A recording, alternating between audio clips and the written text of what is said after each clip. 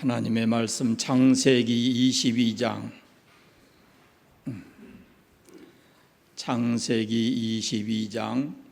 1절부터 14절 말씀까지입니다.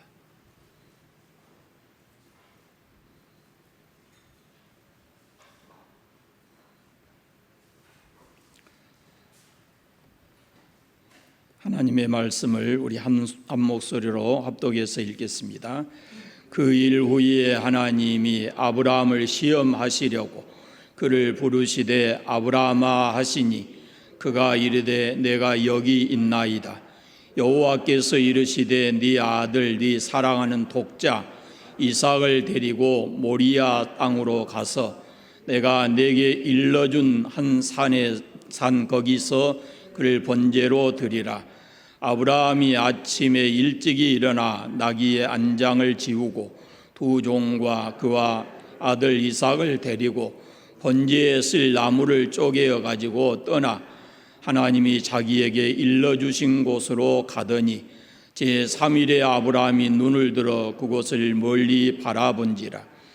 이에 아브라함의 종들에게 이르되 너희는 나귀와 함께 여기서 기다리라. 내가 아이와 함께 저기 가서 예배하고 우리가 너희에게로 돌아오리라 하고 아브라함이 이에 번제 나무를 가져다가 그의 아들 이삭에게 지우고 자기는 불과 칼을 손에 들고 두 사람이 동행하더니 이삭이 그 아버지 아브라함에게 말하여 이르되 내 아버지여 하니 그가 이르되 내 아들아 내가 여기 있노라. 이삭이 이르되 불과 나무는 있거니와 번제할 어린 양은 어디 있나이까. 아브라함이 이르되 내 아들아 번제할 어린 양은 하나님이 자기를 위하여 친히 준비하시리라 하고 두 사람이 함께 나아가서 하나님이 그에게 일러주신 곳에 이른지라. 이에 아브라함이 그곳에 제단을 쌓고 나무를 벌려놓고 그의 아들 이삭을 결박하여 제단 나무 위에 놓고 손을 내밀어 칼을 잡고 그 아들을 잡으려 하니 여호와의 사자가 하늘에서부터 그를 불러 이르시되 아브라함아 아브라함아 하시는지라. 아브라함이 이르되 내가 여기 있나이다 하매 사자가 이르되 그 아이에게 손을 대지 말라. 그에게 아무 일도 하지 말라. 네가 네 아들 네 독자까지도 내게 아끼지 아니하였은즉 내가 이제야 네가 하나님을 경외하는 줄을 아노라. 아브라함이 눈을 들어 살펴본즉 한 순양이 뒤에 있는데 뿔이 수풀에 걸려 있는지라. 아브라함이 가서 그 순양을 가져다가 아들을 대신하여 번제로 드렸더라. 아브라함이 그 땅 이름을 여호와 이레라 하였으므로 오늘날까지 사람들이 이르기를 여호와의 산에서 준비되리라 하더라. 아멘. 십계명을 펴겠습니다.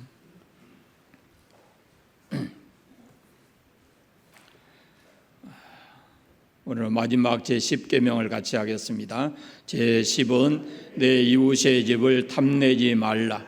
내 이웃의 아내나 그의 남종이나 그의 여종이나 그의 소나 그의 낙이나 물은 내 이웃의 소유를 탐내지 말라. 아멘.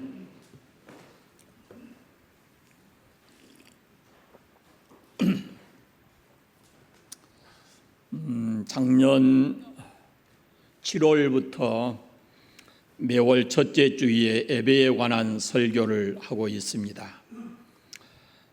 지금 코로나 팬데믹 시대에 있어서 우리 성도들에게 가장 중요한 것이 예배다라는 생각이 들어서 그때부터 시작을 해왔습니다.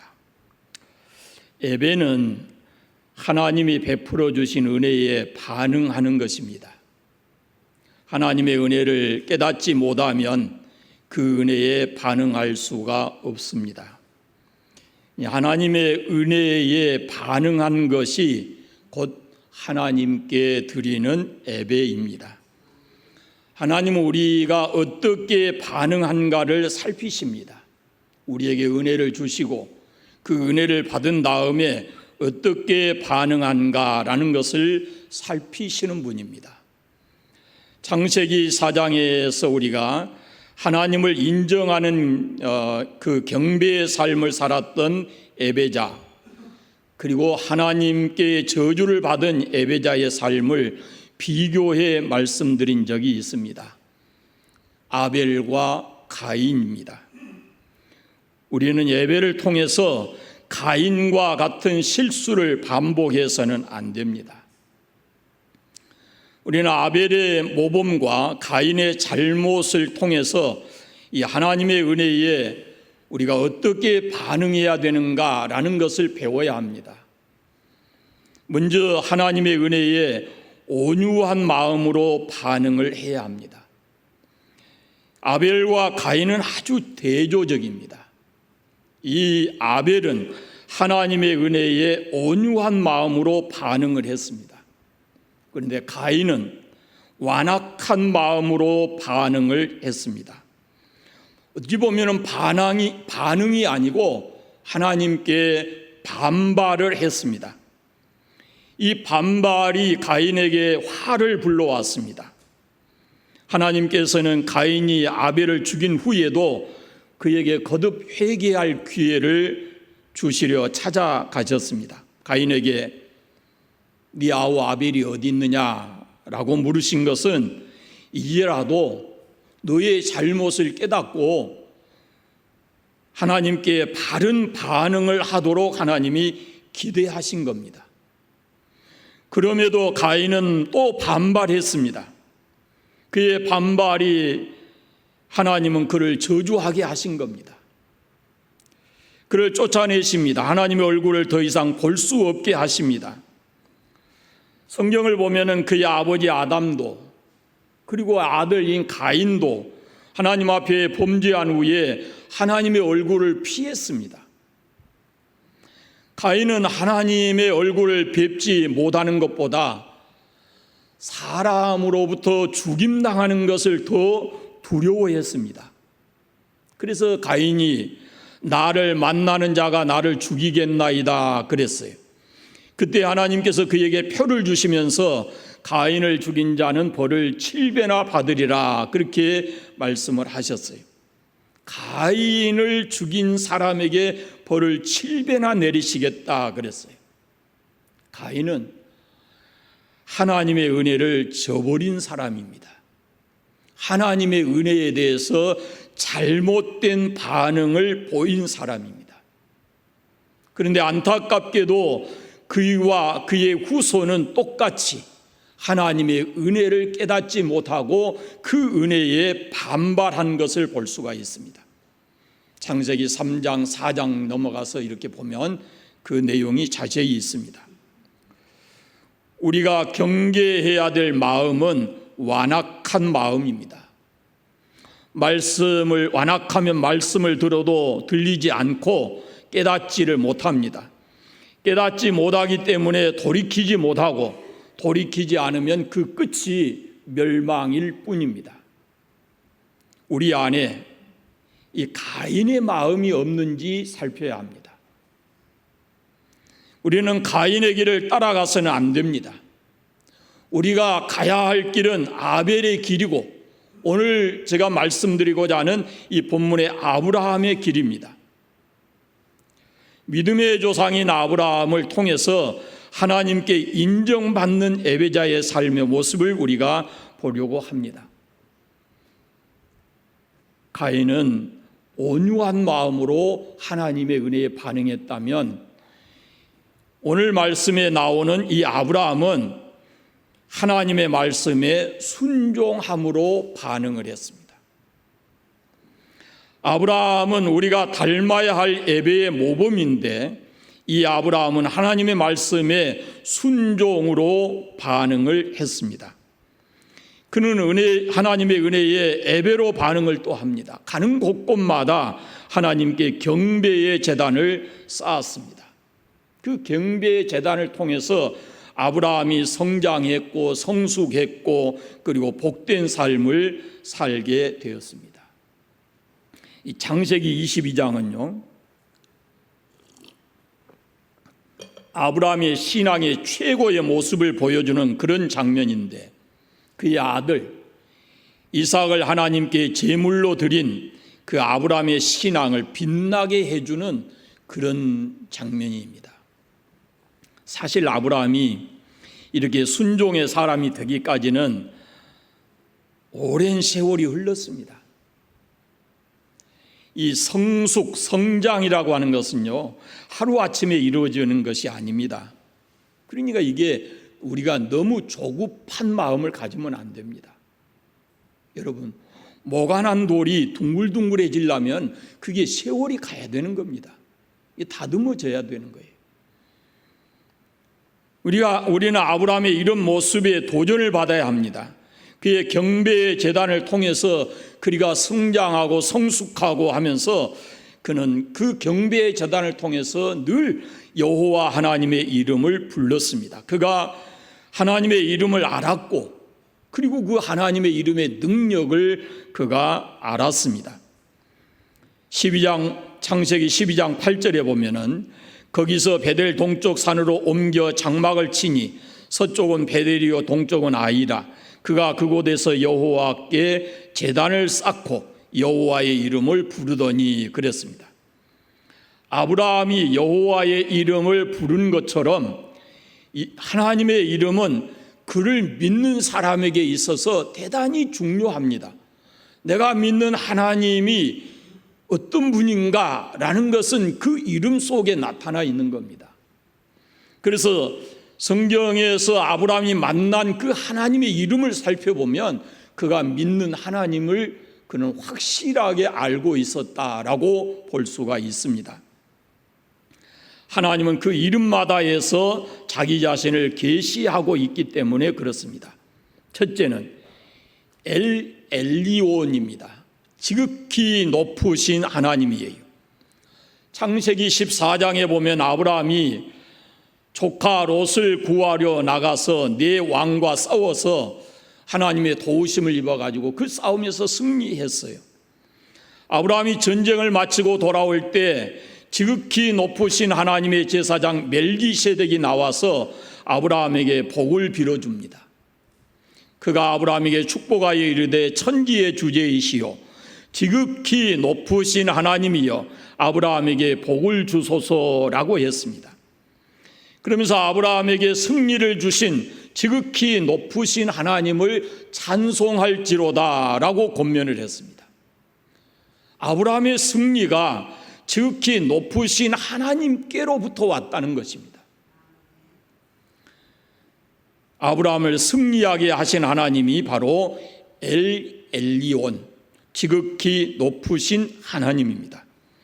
지극히 높으신 하나님은 전능하셔서 천지를 창조하신 분이고 전쟁에서 아브라함을 승리하게 하신 하나님이시고 아브라함의 삶을 부유하게 하신 풍부의 하나님이셨습니다. 소돔 왕이 전쟁에서 이기고 돌아온 아브라함을 나와 만나가지고 사람은 내게 보내고 물품은 네가 가져라 그래요. 그때 아브라함이 그걸 다 거절합니다. 오직 자신을 승리하게 하시는 하나님을 붙들었습니다. 그 엘리온 지극히 높으신 하나님을 그가 찬송했고 하나님께 그의 모든 삶을 맡긴 것입니다.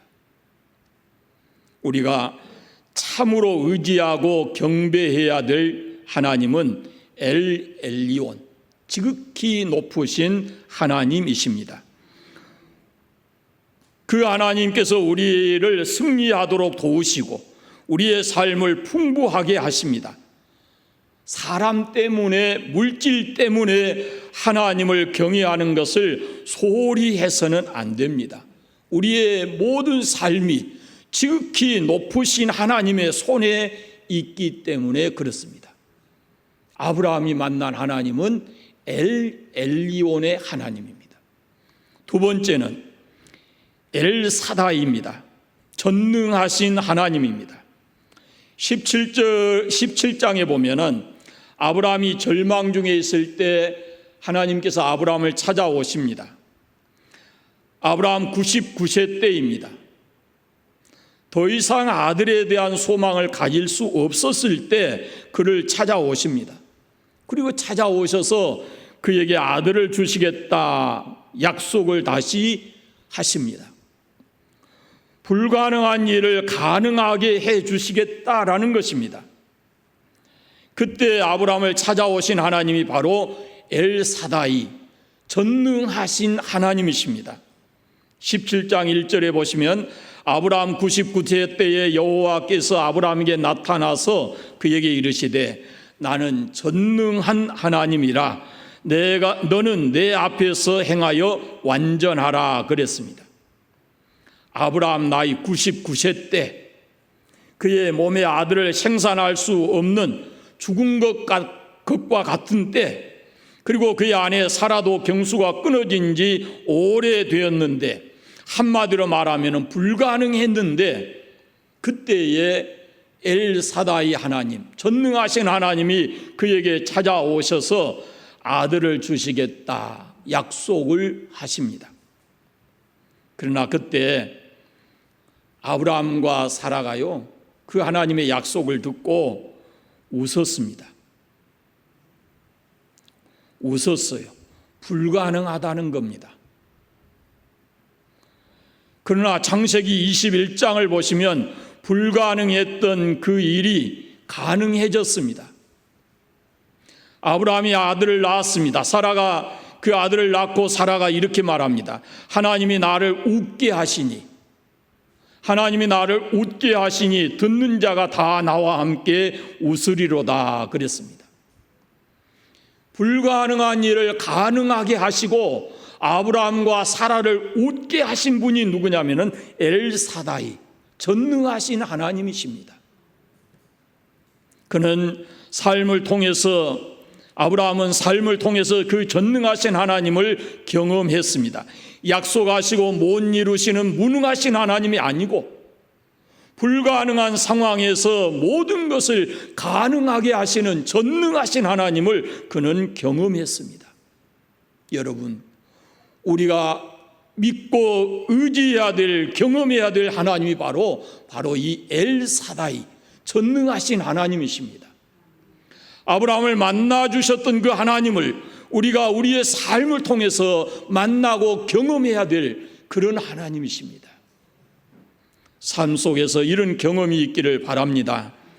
세 번째, 엘올람입니다. 엘올람, 영생하시는 하나님입니다. 엘올람이라는 말은 영생하시는 하나님, 영원하신 하나님이라는 뜻입니다. 아브라함이 브엘세바에서 영원하신 하나님의 이름을 불렀습니다. 하나님은 영생하십니다. 영원하신 하나님이십니다. 그는 영생하시는 하나님의 이름을 부르며 도와주실 것을 믿었습니다. 그것은 영원하신 하나님의 약속이 변함없이 영원할 것을 믿은 것입니다. 그 영생하시는 하나님은 우리에게 영원한 생명을 주시는 하나님, 우리에게 영원한 생명을 약속하신 그 하나님이십니다. 여러분, 가진 것도 없이 약속을 남발하면 안 되거든요. 그런데 영원하신 하나님, 영생의 하나님께서 우리에게 그 영원한 생명을 약속하고 계십니다. 능히 주실 수 있는 분이거든요.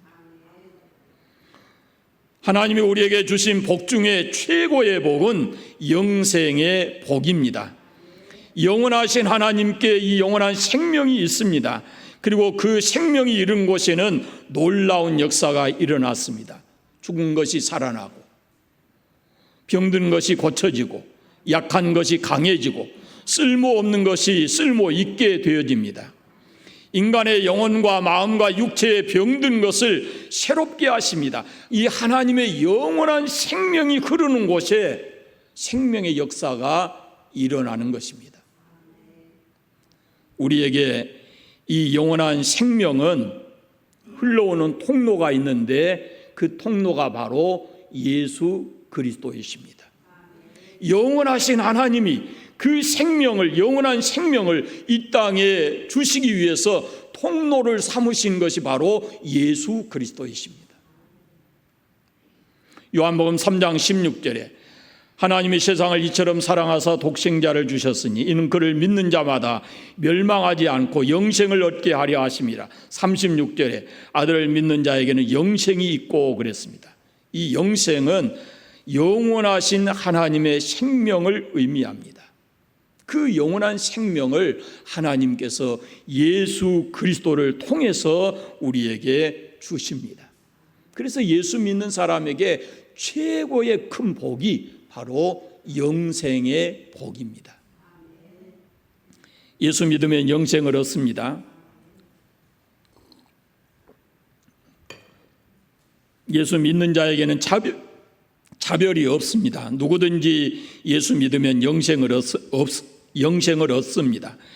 이것이 사람으로 이 땅에 태어나서 받을 수 있는 최고의 복입니다. 예수 믿어서 영원한 생명을 얻는 이 복이 최고의 복입니다. 우리를 둘러싸고 있는 모든 울타리들, 요즘에 제가 새벽 기도회를 못하니까요, 새벽 기도 욥기서를 보시면서 좀 글 나오시고 큐티하신 분들은 그걸 경험하셔야 되는데, 우리를 둘러싸고 있는 모든 이런 울타리들은 시간이 가면 이게 하나하나 다 벗어집니다. 벗어져요. 결국은 우리가 맨몸으로 하나님을 만날 수 있고, 그리고 이 몸도 다 벗고 우리가 하나님 앞에 서게 될 것이죠. 우리가 영생하신 하나님의 자녀가 되는 것이, 이것이 큰 축복입니다. 사람은 이런 사람이 하나님의 나라를 기업으로 받습니다. 우리가 믿는 하나님은 아브라함이 만난 엘올람, 영생하시는 하나님이십니다. 확실하게 믿으시기 바랍니다. 우리가 믿는 하나님은 영생하시는 하나님이고, 그 하나님께로부터 우리에게 영원한 생명, 영생이 주어진다라는 것을 확실하게 믿으시기를 바랍니다. 네 번째는 여호와 이레, 오늘 본문에 나와 있는 준비하시는 하나님입니다. 아브라함이 이삭을 하나님께 바친 사건은 아브라함의 생애에 있어서 크라이막스입니다. 그때 아브라함이 부른 이름이 여호와 이레입니다. 준비하시는 하나님. 14절 말씀인데 같이 한번 읽어보겠습니다. 아브라함이 그 땅 이름을 여호와 이레라 하였으므로 오늘날까지 사람들이 이르기를 여호와의 산에서 준비되리라 하더라. 창세기 22장 사건은 아브라함 생애의 가장 충격적 사건이죠.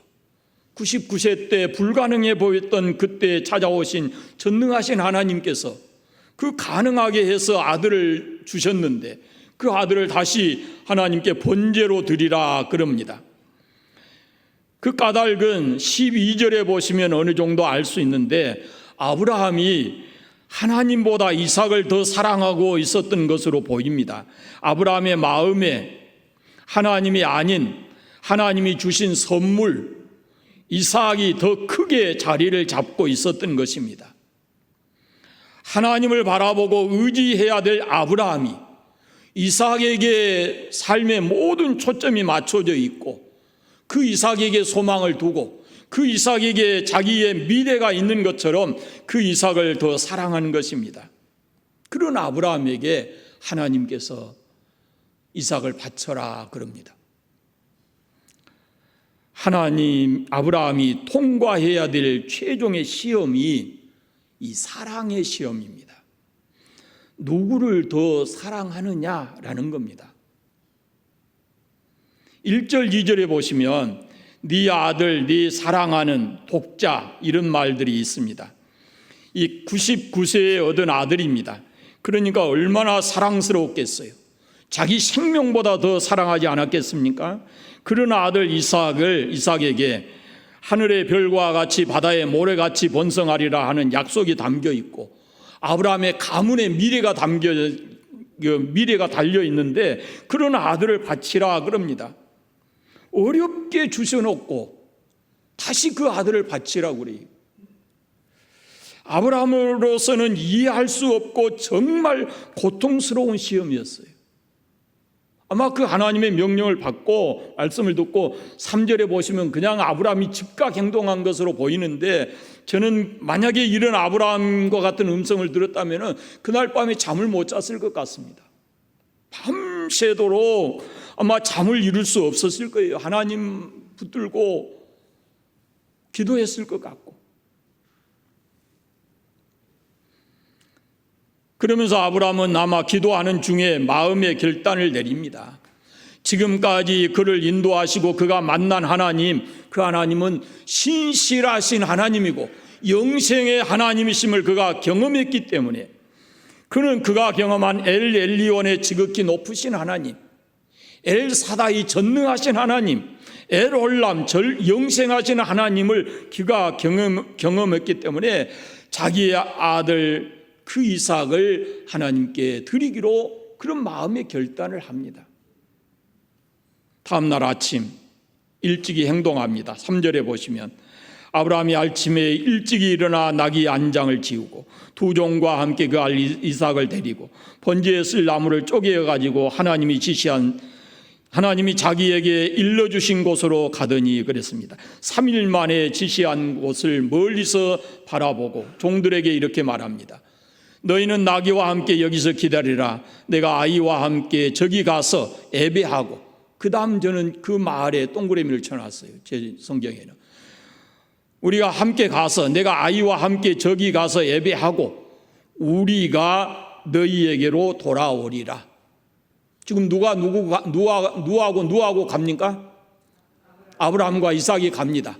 그러면은 예배하고 돌아올 때는 이삭을 번제로 드리면 누가 와야 돼요? 아브라함만 와야죠. 그런데 뭐라고 그랬어요?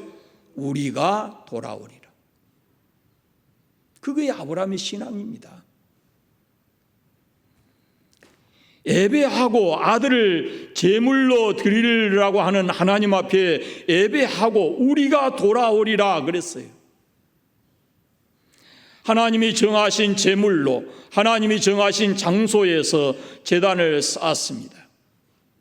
그 정하신 제물은 아들 이삭이고, 정하신 장소는 모리아 산이고, 내가 일러준 그 산, 거기입니다. 아무 곳에서나가 아니에요. 우리가 순종의 삶을 살려면 먼저 하나님의 말씀을 잘 들어야 하고, 말씀 듣는 자리에 있어서 귀가 열려야 합니다. 1절 말씀을 보시면 여호와께서 아브라함을 부르셨을 때 아브라함이 내가 여기 있나이다 그럽니다. 하나님의 말씀에 귀를 기울이고 있는 거예요. 여러분, 신앙의 1차적 문제는, 우리 순종의 삶의 1차적 문제는 하나님 말씀을 들어야 합니다. 들어야 그 다음에 거기에 말씀에 대한 반응을 하지 않겠습니까? 순종은 그 다음 단계고 먼저는 말씀을 들어야 하는 겁니다.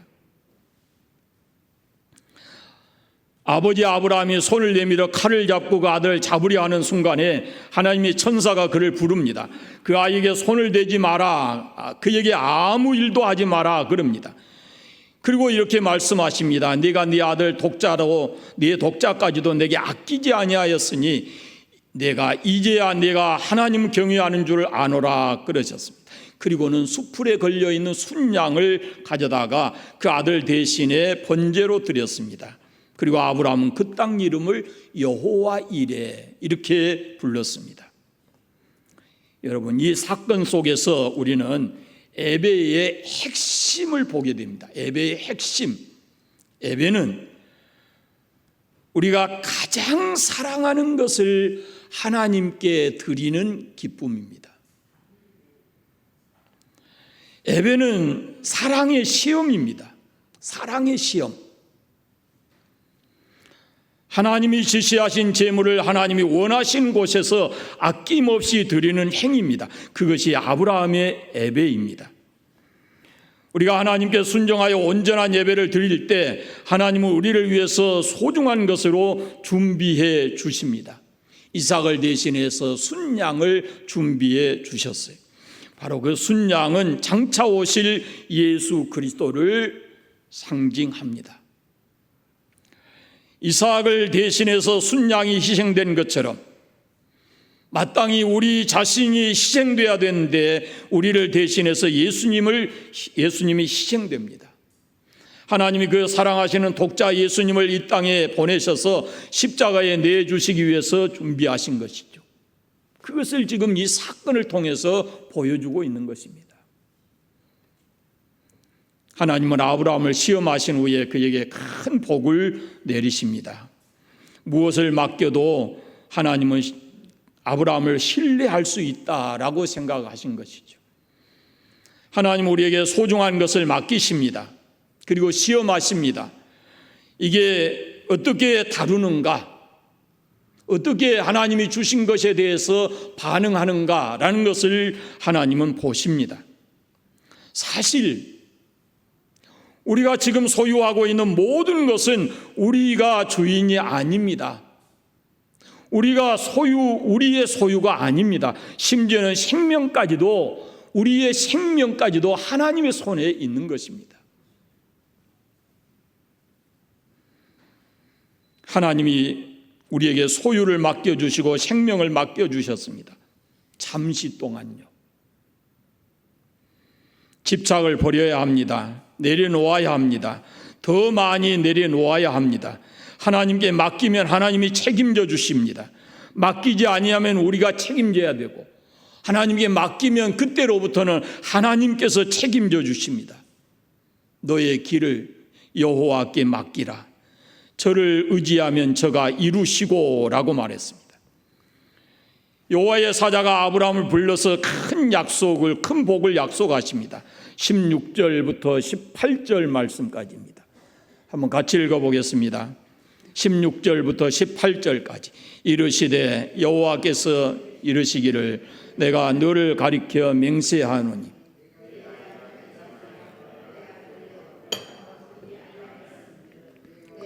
내게 큰 복을 주고 내 씨를 크게 번성하여 하늘의 별과 같고 바다의 모래와 같게 하리니 내 씨가 내 대적의 성문을 차지하리라.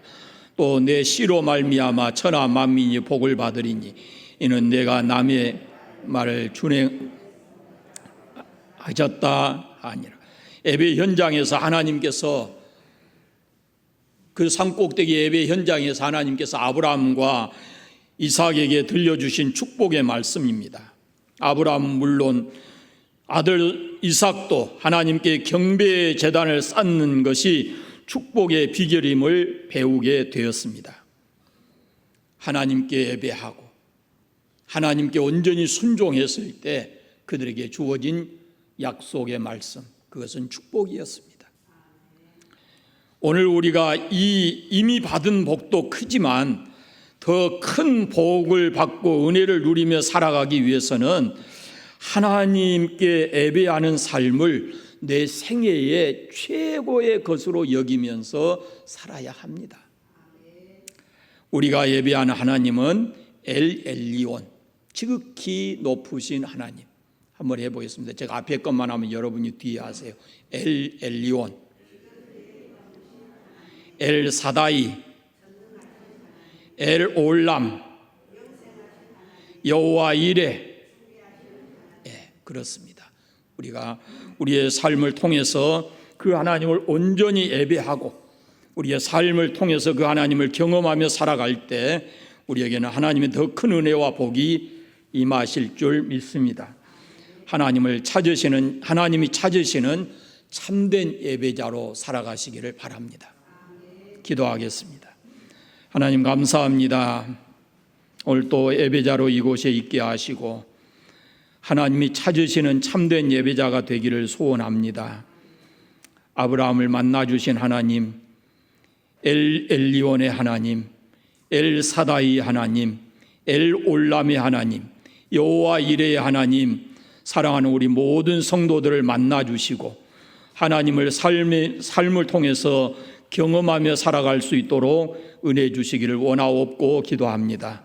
그래서 이전에서뿐만 아니라 삶의 현장에서도 늘 하나님을 경배하는 참 예배자로 살아가게 하여 주시옵소서. 예배드린 후에 아브라함에게 복을 약속하신 하나님, 사랑하는 주의 백성들이 하나님을 온전히 예배함으로 하나님이 아브라함에게 약속하신 그런 놀라운 복을 누리며 살아갈 수 있는 우리 모든 성도들이 되게 하여 주옵소서. 예수님의 이름으로 기도드립니다. 아멘.